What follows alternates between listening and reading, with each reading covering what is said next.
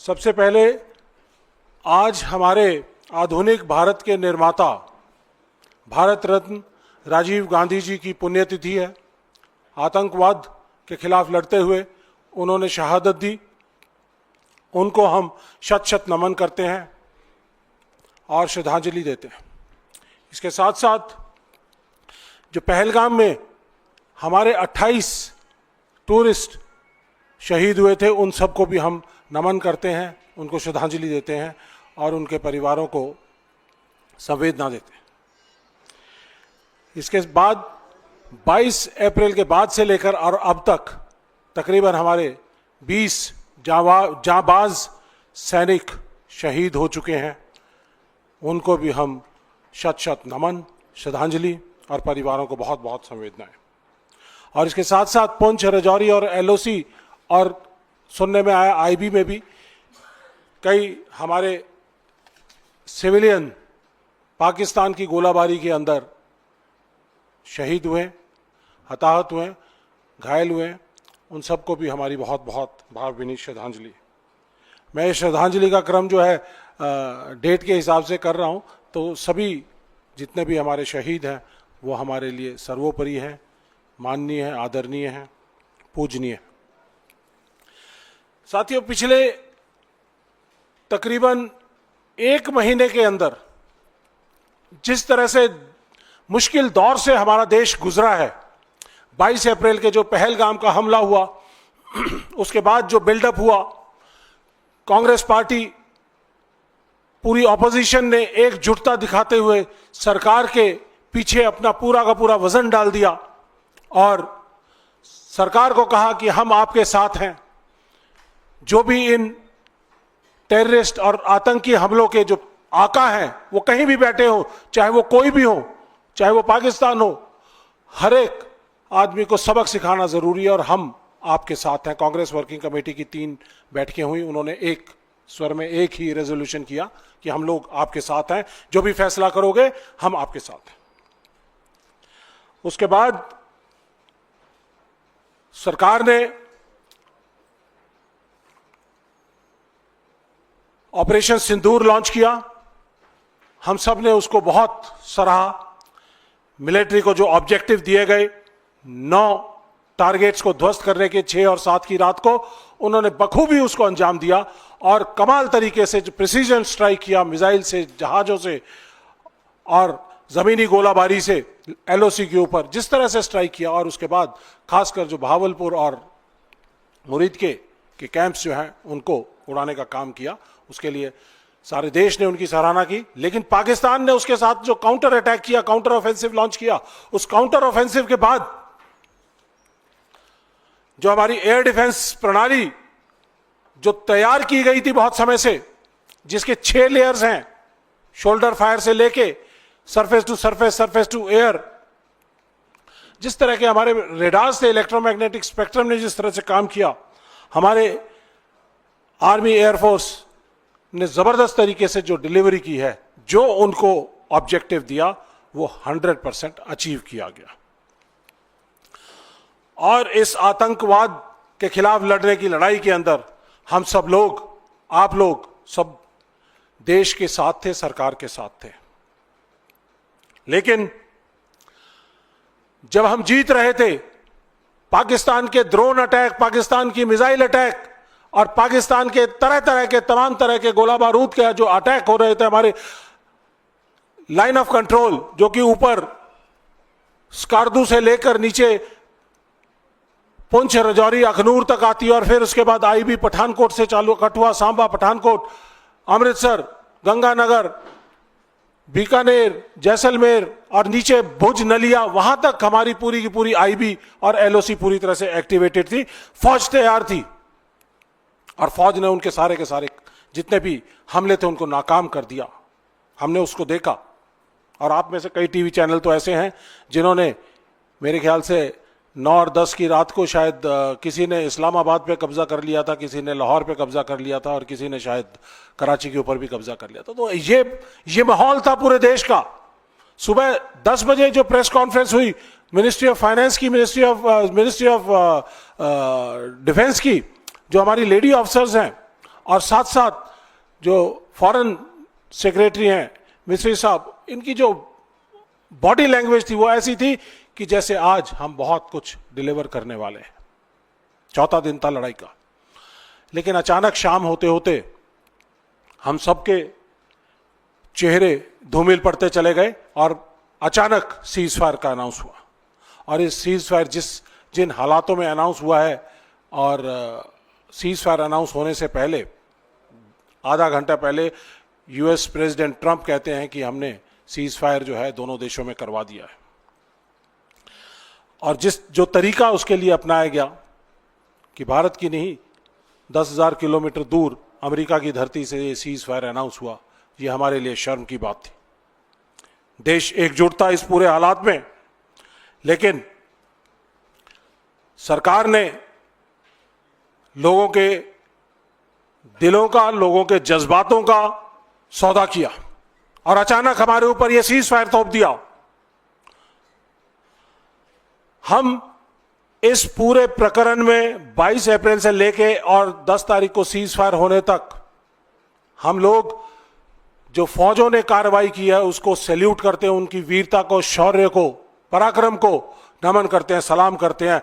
और ये फौज, भारतीय फौज वर्ल्ड की नंबर 1 फौज थी। ये उन्होंने एक बहुत ही बेहतरीन जिस तरह से उदाहरण दिया इन ऑपरेशंस के अंदर, उसके लिए हम उनको सैल्यूट करते हैं।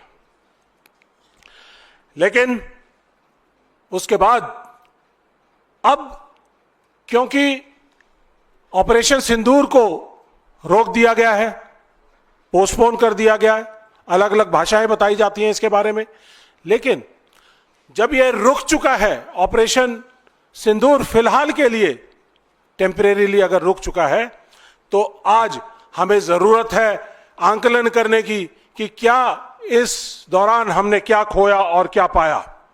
और इसके लिए सवाल सरकार को देने पड़ेंगे, सरकार को ये सवाल देने पड़ेंगे, अकाउंटेबिलिटी फिक्स करनी पड़ेगी, जिम्मेदारियां लेनी पड़ेंगी कि इस हमले के जिम्मेदार कौन।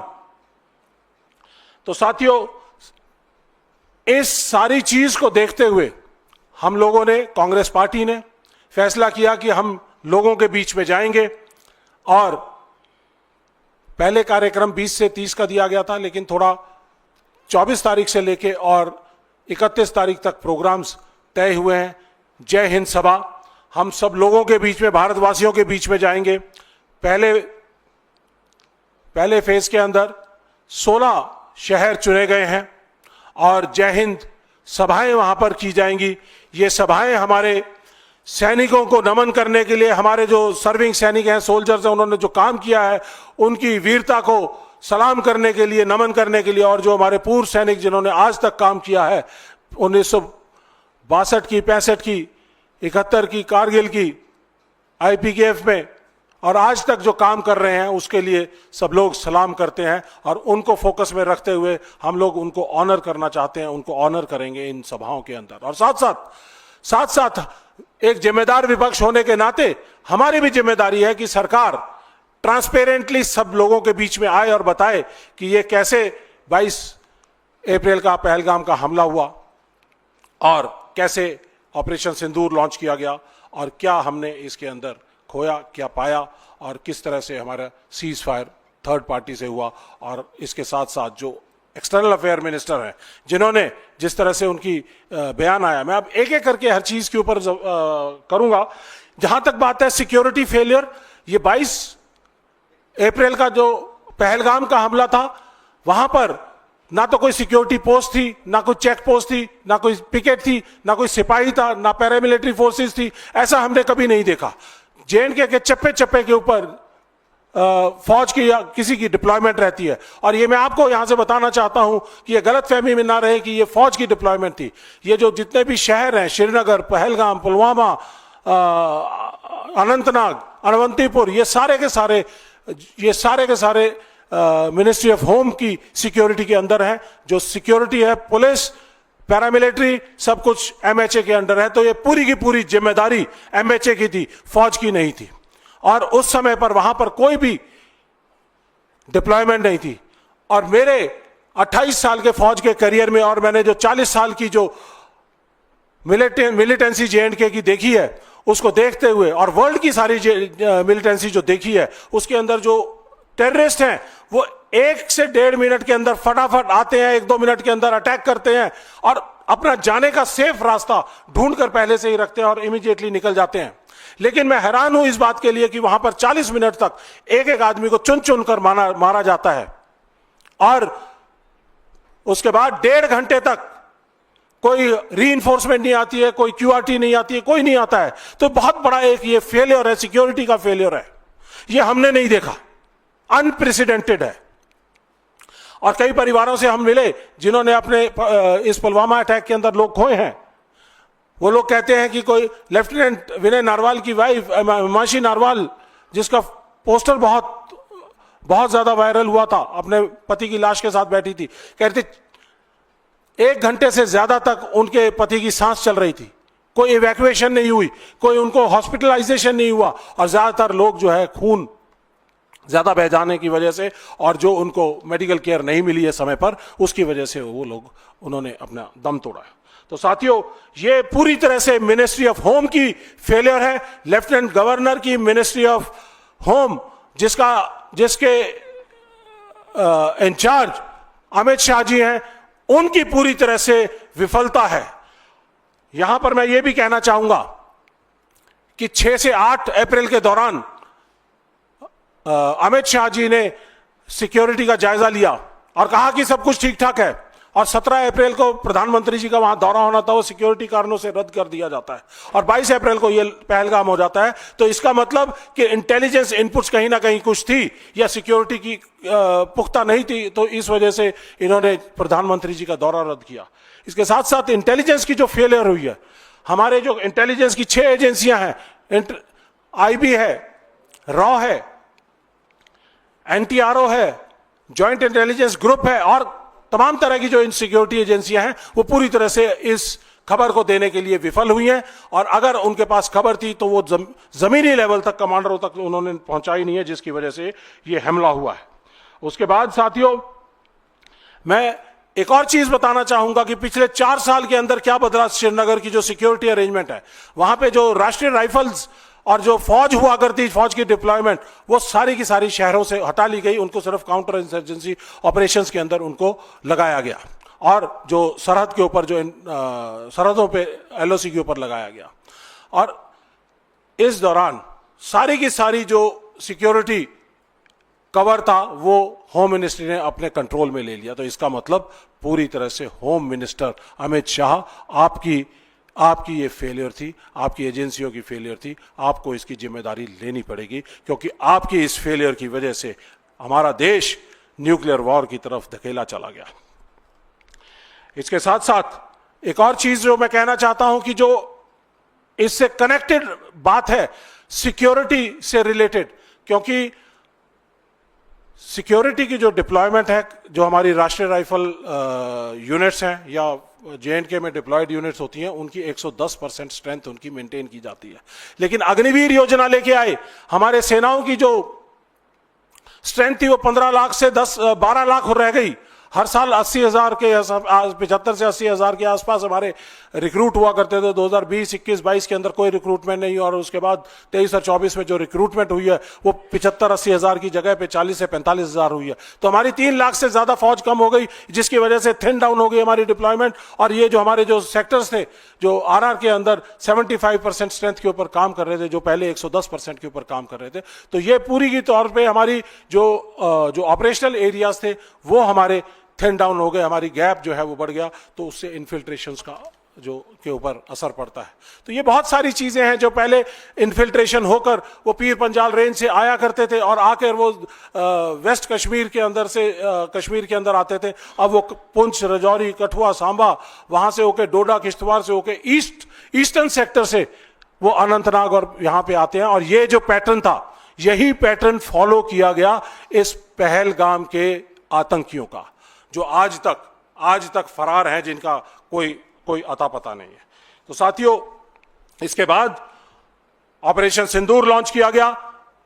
Excellent delivery by military forces, counter delivery by जो हमारे पास काउंटर अटैक हुए, उनकी 100% डिलीवरी बाय मिलिट्री फोर्सेस। किसी भी लड़ाई के दो उद्देश्य होते हैं, मिलिट्री ऑब्जेक्टिव और political objective. Military objective 100% achieve किया, जितना उनको लिमिटेड टारगेट दिया गया, लिमिटेड ऑफेंसिव का टारगेट दिया गया, पूरा किया। उसके बाद पॉलिटिकल ऑब्जेक्टिव के अंदर हमारे प्रधानमंत्री जी कहीं ना कहीं फेल हो गए। वो कहते थे, बहुत समय से कह रहे थे कि हम पता नहीं क्या कर देंगे। हमारे 1971 वॉर के अंदर हमारी इंदिरा गांधी जी, हमारी आयरन लेडी, और हमारी प्रधानमंत्री और सैम मानेकशॉ जी फील्ड मार्शल, उनके नेतृत्व में जिस तरह से हमने पाकिस्तान के 1971 में 2 टुकड़े किए थे, आज हमारा देश इस स्थिति में था, हमारी फौजें इस तरह से डिप्लॉयड थी, हमारे फौजें इस तरह से एडवांटेजियस पोजीशन के ऊपर थी कि आज हम पाकिस्तान के कई टुकड़े करने की ताकत रखते थे। लेकिन हमारा पॉलिटिकल नैरेटिव पूरी तरह से विफल हो गया, फेल हो गया। इसलिए हम मोदी सरकार को कटघरे पर खड़ा करना चाहते हैं, उनसे पूछना चाहते हैं कि आपने ऐसा कार्य क्यों किया। आपने पूरी तरह से अपनी नेवी को डिप्लॉय करना चाहिए था, उनका यूटिलाइजेशन करना चाहिए था, तो किया होता तो आज पाकिस्तान के दिन, हमें ये दिन देखने नहीं पड़ते कि ये सीज फायर जिस तरह से हमारे ऊपर थोपा गया। तो साथियों, अब जब हम एडवांटेजियस पोजीशन में थे 10 तारीख को, तो अचानक सीज फायर आ जाता है। हम पूछना चाहते हैं कि ये सीज फायर जब हम जीत रहे थे तो क्यों सीज फायर किया गया। हम ये भी पूछना चाहते हैं कि ये तीसरी धरती से, थर्ड पार्टी के यूएसए की धरती से हमारा जो सीज फायर करवाया गया, इसके हम पक्ष में नहीं हैं, हम इसको कतई मंजूर नहीं करते हैं। और इसको किस तरह से इन्होंने इसके बीच में डाला। यूएस प्रेसिडेंट ट्रंप कहते हैं कि मैंने सीज फायर करा दिया। मैंने उनको बोला, दोनों कंट्रीज को बिठाकर, कि आप बहुत स्ट्रांग कंट्रीज हैं, आप बराबर के देश हैं, कश्मीर के ऊपर आप कितने ही सालों तक लड़ते रहे, हजारों सालों तक लड़ते रहेंगे, लेकिन फिर भी मैं अगर समझौता करा सकूं तो मैं करवा दूं। ऐसी ऐसी बातें अगर वो कहते हैं और मोदी जी उसको नकारते नहीं है, तो इसका मतलब कहीं ना कहीं पे साइलेंट हां है उनकी। अगर हिम्मत है, इंदिरा गांधी जी जितनी हिम्मत दिखाना चाहते हो, जो रिचर्ड निक्सन को कहकर आ गई थी, उन्होंने, रिचर्ड निक्सन ने कहा था कि आप अगर पाकिस्तान पर अटैक करेंगे तो हम आपको नहीं छोड़ेंगे। तो इंदिरा गांधी जी ने उस समय कहा था कि हम अपने देश का फैसला और अपनी सरहदों का फैसला खुद कर सकते हैं। एनएसए उस समय के हेनरी किसिंगर, उन्होंने इंदिरा गांधी जी से जब पूछा कि मैडम आप कहीं उनके ऊपर इतने हार्श तो नहीं थे, तो कहने लगे, कहते ऐसा है कि अब वो समय चला गया जब 3 से 4 हजार किलोमीटर दूर बैठे हुए लोग हमारे सरहदों का, हमारी सुरक्षा का, हमारी सेफ्टी सिक्योरिटी का और हमारे कंट्री के फैसलों का के ऊपर फैसला किया करते थे। और वो समय चला गया कि आप हमारे ऊपर कोई चीज थोप सकें। हम डेवलपिंग नेशन है, आज भी हमारी रीढ़ की हड्डी स्ट्रेट है और हम अपने फैसले लेने के लिए खुद सक्षम है। आज मैं जानना चाहता हूं, मोदी जी, आपकी रीढ़ की हड्डी कहां पर है? आप क्यों नहीं स्टैंड स्ट्रेट कर रहे? आप क्यों इस तरह का सीज फायर आपने एक्सेप्ट किया? यूएस के ऊपर, यूएस स्पॉन्सर्ड जो सीज फायर है, उसके अंदर आपने थर्ड पार्टी की मीडिएशन को एक्सेप्ट किया। 1971 का जो शिमला एग्रीमेंट था उसको वायलेट किया। किसी तरह की मीडिएशन हमें अलाउड नहीं है, हम एक्सेप्ट नहीं करेंगे। हम ये पाकिस्तान के बीच में और हिंदुस्तान के बीच में J&K एक बायलैटरल मसला है, हम क्यों इसको एक्सेप्ट कर रहे हैं? तो ये हम आपसे सीधे सीधे सवाल करना चाहते हैं कि क्या आपने हमारे देश के जो बायलैटरल मसले थे उसके अंदर थर्ड पार्टी की जो इंटरफेरेंस है उसको बर्दाश्त किया? मोदी जी, आप यूएस प्रेसिडेंट ट्रंप की बार बार कहने, 5-6 बार वो धरती से, आकाश से, जहाज से और सऊदी अरेबिया में ट्रेडर्स के सम्मेलन के अंदर बैठकर वो कहते हैं कि मैंने कहा कि लेट्स डू सम ट्रेड। आप हमारे देश के महिलाओं के सिंदूर का, ऑफ सिंदूर नाम रखा गया था, ऑफ सिंदूर का, जो महिलाओं की ताकत होती है और पुरुषों की का रक्षा कवच होता है, उसका आपने सौदा किया। ये हमें कतई मंजूर नहीं है, देश के लोगों को कतई मंजूर नहीं है। ये हम लोगों के बीच में लेकर जाएंगे, क्योंकि आपने हमारे को और पाकिस्तान को एक ही तराजू के अंदर तुलवा दिया।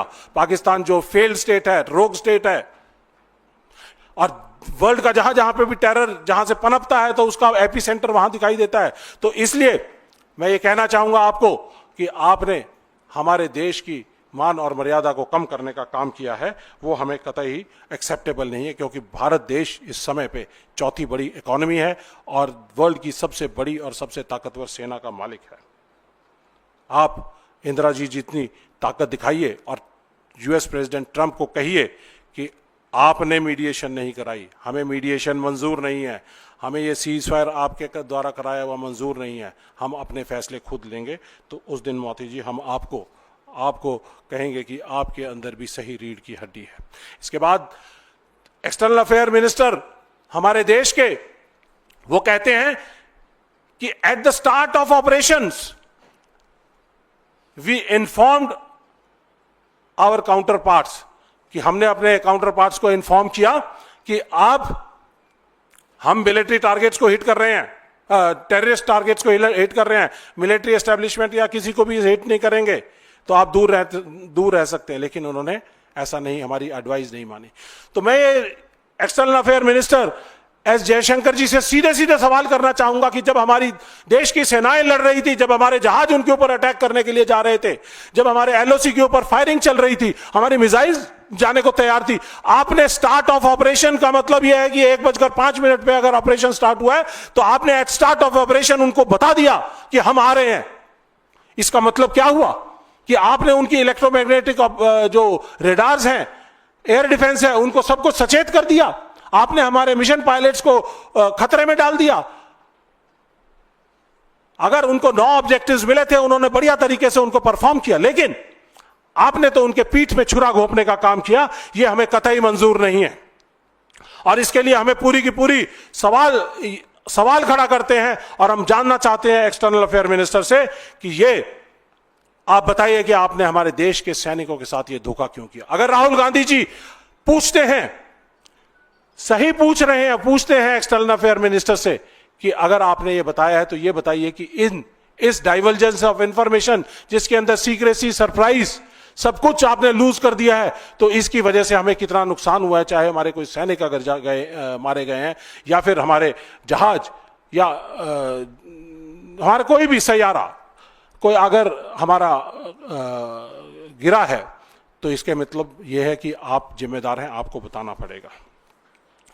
और साथियों, इसके साथ साथ मैं ये कहना चाहूंगा कि सरकार की जिम्मेदारी होती है कि सोल्जर्स को हौसला देकर, ताकत देकर, हथियार देकर लड़ाई के मैदान में उतारें।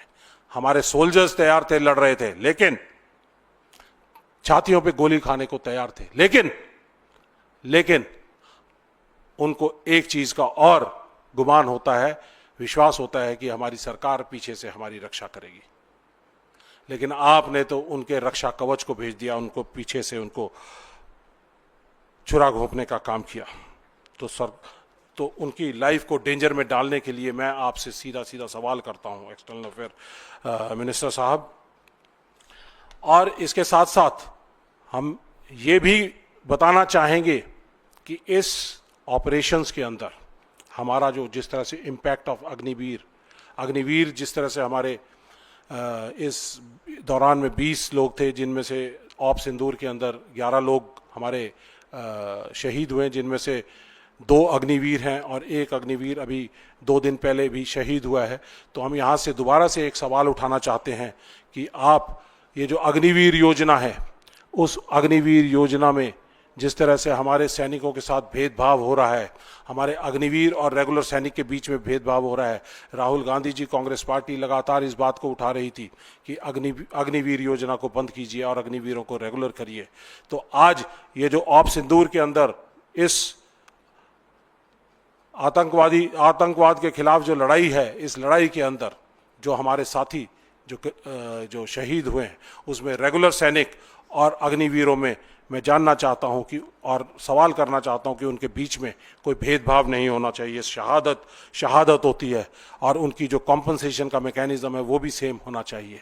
और इसके साथ साथ मैं ये भी कहना चाहता हूं, यहाँ पे इम्पैक्ट जो अग्निवीर के 2 आए हैं। पहला इम्पैक्ट तो यह है कि हमारा सिक्योरिटी की जो डिप्लॉयमेंट है वो थिन डाउन हो गई, क्योंकि सेना हमारी कम की संख्या बल कम हो गया। दूसरा तो ये जो रेगुलर सैनिक और इसका जो भेदभाव है, इसको आप दूर करिए। यहाँ से हम आपसे ये भी सवाल करना चाहते हैं कि आप आप देश के सैनिकों के साथ खड़े रहिए।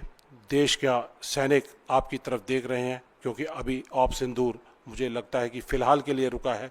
अगर आप जिस तरह से कह रहे हैं कि पोस्टपोन हुआ है, तो आने वाले समय में आपने जिस तरह से विश्वास जताया है डीजीएमओ पाकिस्तान के ऊपर कि एक डीजीएमओ की कॉल आ गई और उसके ऊपर आपने सीज फायर कर दिया, ऐसा नहीं होता। डीजीएमओ, ये लाइन ऑफ कंट्रोल और इंटरनेशनल बॉर्डर का मामला था, इसके अंदर सरकार का डायरेक्ट फैसला होता है, डीजीएमओ का फैसला नहीं होता। आप डीजीएमओ के कंधे पर रखकर आप बंदूक ना चलाएं, आप सेना का सही इस्तेमाल करें, उनका राजनीतिकरण ना करें, और सेना की जो अचीवमेंट्स हैं उनको ले जाकर जिस तरह से आप जगह जगह जा रहे हैं, आप राजनीतिकरण ना करिए। और आप ये बताइए कि ये सीज फायर करने का फैसला डीजीएमओ का नहीं, ये सीज फायर करने का फैसला गवर्नमेंट ऑफ इंडिया का था, जो कि यूएस प्रेसिडेंट ट्रंप के कहने के ऊपर और उनके दबाव में आने के ऊपर किया गया। ये दबाव भी देश को बताने पड़ेंगे कि क्या क्या दबाव है। इसके बाद मैं अपने साथी अनु आचार्य जी से रिक्वेस्ट करूंगा कि वो आगे की प्रेस वार्ता को आगे लेके जाए। तो साथियों, जैसे हमारे वरिष्ठ कर्नल रोहित चौधरी ने बताया कि हम जय हिंद सभा करने वाले हैं, और ये 16 जगहों पर मई के आखिरी सप्ताह में होगी, और उसके अलावा ये राज्य स्तर पर और जिला स्तर पर भी होगी। ये असल में हम संवाद स्थापित कर रहे हैं, और वो 10 सवाल 11 सवाल हम पूछ रहे हैं, जो कि जिसके बारे में कर्नल रोहित चौधरी ने बताया। पहले 2 सवाल कि इंटेलिजेंस फेलियर कैसे हुआ, दूसरा आतंकवादी अब तक पकड़े क्यों नहीं गए और अभी सरकार उनको पकड़ने के लिए आगे क्या प्लान बना रही है, तीसरा सीज फायर अचानक क्यों हुआ, और चौथा कि ट्रंप ने कैसे ये कहा कि व्यापार के कारण हमने ये सीज फायर करवाया है, इस पर सरकार का कोई स्पष्टीकरण नहीं आया। पांचवा ये कि जो विदेश मंत्री हैं एस जयशंकर, उन्होंने कैसे पहले से ही प्लान बताकर जो आर्म फोर्सेस की टाइम, स्पेस और क्वांटम की एक स्ट्रेटजी होती है, उसको कैसे वो तितर बितर हुई। और उसके अलावा हम ये सवाल भी पूछना चाहते हैं कि आने वाली 25 मई को प्रधानमंत्री नरेंद्र मोदी जी की सरकार ने केवल एनडीए के मुख्यमंत्रियों की एक बैठक बुलाई है इसी मुद्दे को लेकर। तो हम ये पूछना चाहते हैं कि कौन सा अपराध किया है हिमाचल प्रदेश के मुख्यमंत्री ने, कर्नाटक के मुख्यमंत्री ने, तेलंगाना के मुख्यमंत्री ने या झारखंड के मुख्यमंत्री ने। क्या प्रधानमंत्री केवल बीजेपी वोटर्स के या बीजेपी के मुख्यमंत्रियों के होते हैं? क्या देश केवल बीजेपी वोटर्स का है? इसलिए हम ये मांग करते हैं कि सभी मुख्यमंत्रियों को इस बैठक में शामिल होना चाहिए। दूसरी चीज यह है कि 2 बार सर्वदलीय बैठक हुई, दोनों बैठकों में प्रधानमंत्री नरेंद्र मोदी, जो कि शीर्ष नेतृत्व हैं, वो नहीं आए। क्या उनके लिए राष्ट्रीय सुरक्षा प्राथमिकता नहीं है? ये एक दूसरा, मतलब हमारा 6वां 7वां सवाल है ये। एक और चीज कि अब टीवी पर प्रचार हो रहा है, पीआर इवेंट्स हो रहे हैं, लेकिन जिस तरीके से, पेशेवर तरीके से हम किसी मुद्दे को संभालते थे, लोगों तक पहुंचता था, संवाद जाता था, लोगों को सही तरीके से मालूम होता था, वो कहां चला गया? दिन भर हम प्रचार माध्यमों में, और उसमें भी हम देखते हैं प्रधानमंत्री जी के पोस्टर बैनर भी लग रहे हैं जिसमें वो डांगरी पहन के, कहीं बैटल जैकेट पहन के वो दिखाई पड़ते हैं। तो जो एक तरीका था हमारा, परिपक्व तरीका, संस्थागत तरीका, वो कहां चला गया? ये भी हमारा सवाल है, जिसको लेकर हम जय हिंद सभा में लोगों तक जाएंगे और उन्हें बताएंगे ये सवाल। उसके अलावा एक जो महत्वपूर्ण मुद्दा, जिसे हेडलाइन बदलने के भी काम लाया गया, लेकिन महिला अधिकारियों के साथ जिस तरह की टिप्पणी भारतीय जनता पार्टी के नेताओं ने की, और खास तौर पे हमारी कर्नल सोफिया कुरैशी जैसी वरिष्ठ अधिकारी के ऊपर जो टिप्पणी की गई, उस अपमान का क्या बीजेपी पर कोई फर्क नहीं पड़ रहा है? क्या वो अमर्यादित भाषा के कारण भारतीय जनता पार्टी अपने अंदर पार्टी में कोई अनुशासनात्मक कार्यवाही नहीं करेगी? एक सवाल है जो लोगों तक जाना बहुत जरूरी है।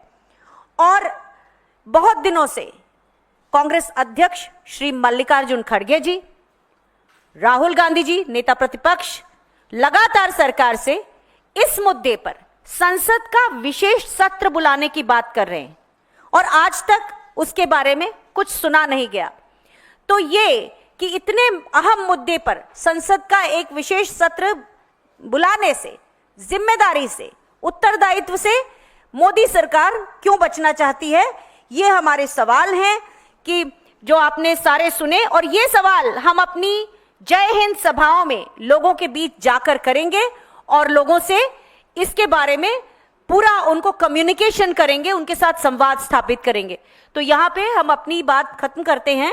आपके जो सवाल हों और इसी मुद्दे पर, स्पेशली इसी मुद्दे पर जो सवाल हो वो पूछिए। सर बहुत लंबा बहुत हो गया।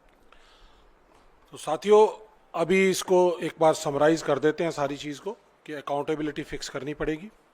ये हमारे सेनाओं की 100% सक्सेस थी, गवर्नमेंट की पॉलिटिकल फेलियर था। और इसके साथ साथ जो पॉलिटिसाइजेशन जैसे ये कह रहे हैं हमारे साथी, उन्होंने बताया कि जिस तरह से पुराने सेल्फी पॉइंट, मेरी माटी मेरा देश, इस तरह की बहुत सारी चीज़ें वो करते रहे हैं और सैनिकों को जो छुट्टी जाते थे उनको प्रचार करवाते थे, सरकारी चीज़ों का प्रचार कराते थे। तो ये ऑप सिंदूर का प्रचार कराने से गुरेज करें और come out clean, this is what we want. और अब इस मुद्दे के ऊपर हम इस पहलगाम को इतिहास के पन्नों में गुम नहीं होने देंगे।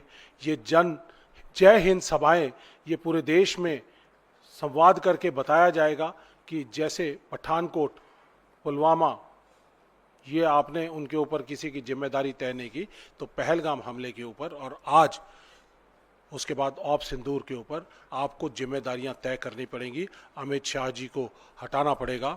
आपको जो भी इस पूरे प्रकरण में जो एजेंसीज हैं, चाहे वो इंटेलिजेंस और सिक्योरिटी एजेंसीज हैं, उनके खिलाफ आपको कार्रवाई करनी पड़ेगी।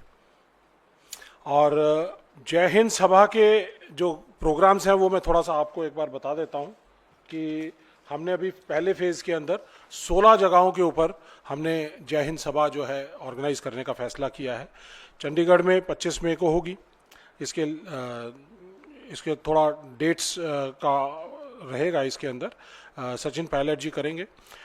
उसके बाद कोचीन के अंदर 26 मई को विंग कमांडर अनुआचार्य जी जाएंगी। बाड़मेर के अंदर श्री रणदीप सुरजेवाला जी 26 तारीख को जाएंगे। पटना मुजफ्फरपुर में 27 मई को श्री गौरव गोगोई जी जाएंगे। कोलकाता 27 मई को श्री सप्तगिरी उलाका जी जाएंगे। बेंगलुरु 28 मई को मुकुल वासनिक जी जाएंगे। भुवनेश्वर में श्री दीपेंद्र हुड्डा जी 29 मई को जाएंगे। और गोवा के अंदर 30 तारीख को मैं जाऊंगा। और शिमला 30 तारीख को श्री अजय माकन जी जाएंगे। कोल्हापुर 30 मई को पवन खेड़ा जी जाएंगे। पठानकोट 30 मई को श्री कन्हैया कुमार जी जाएंगे। जबलपुर में 31 मई को भूपेश बघेल जी जाएंगे। हल्द्वानी में 31 मई को प्रोग्राम होगा, हरीश रावत जी जाएंगे। दिल्ली में 31 तारीख को प्रोग्राम होगा और अशोक गहलोत जी जाएंगे। गुवाहाटी, इसके अलावा गुवाहाटी और हैदराबाद है, उसकी डेट्स और जो हमारे AICC से लीडर्स हैं वो जाएंगे। उनका आपको जैसे ही जानकारी होगी वो देंगे हम आपको। इसके साथ साथ ex serviceman department Congress party का, वो भी अपने एक नुमाइंदे को हर जगह पे, इन एडिशन टू दिस, एक नुमाइंदे को भी भेजने का काम करेंगे। और जितने भी हमारे एक्स सर्विसमैन विभाग के और जो एक्स सर्विसमैन ऑर्गेनाइजेशंस हैं, उन सब का हम सहयोग लेकर इन सब में जय हिंद सभा करेंगे और लोगों के बीच में अपनी बात ले जाएंगे ताकि उनको इस पूरे प्रकरण के बारे में पूरी जानकारी हो। इसके संदर्भ में कोई सवाल हो किसी के तो पूछ सकते हैं। दिल्ली में होगा, दिल्ली में जगह हम 31 तारीख को है, जगह चुनकर हम बता देंगे आपको। तो ये 31 तारीख को है, श्री अशोक गहलोत जी होंगे।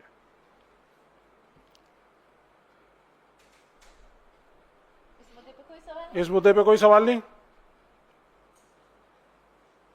चलो ठीक है, थैंक यू।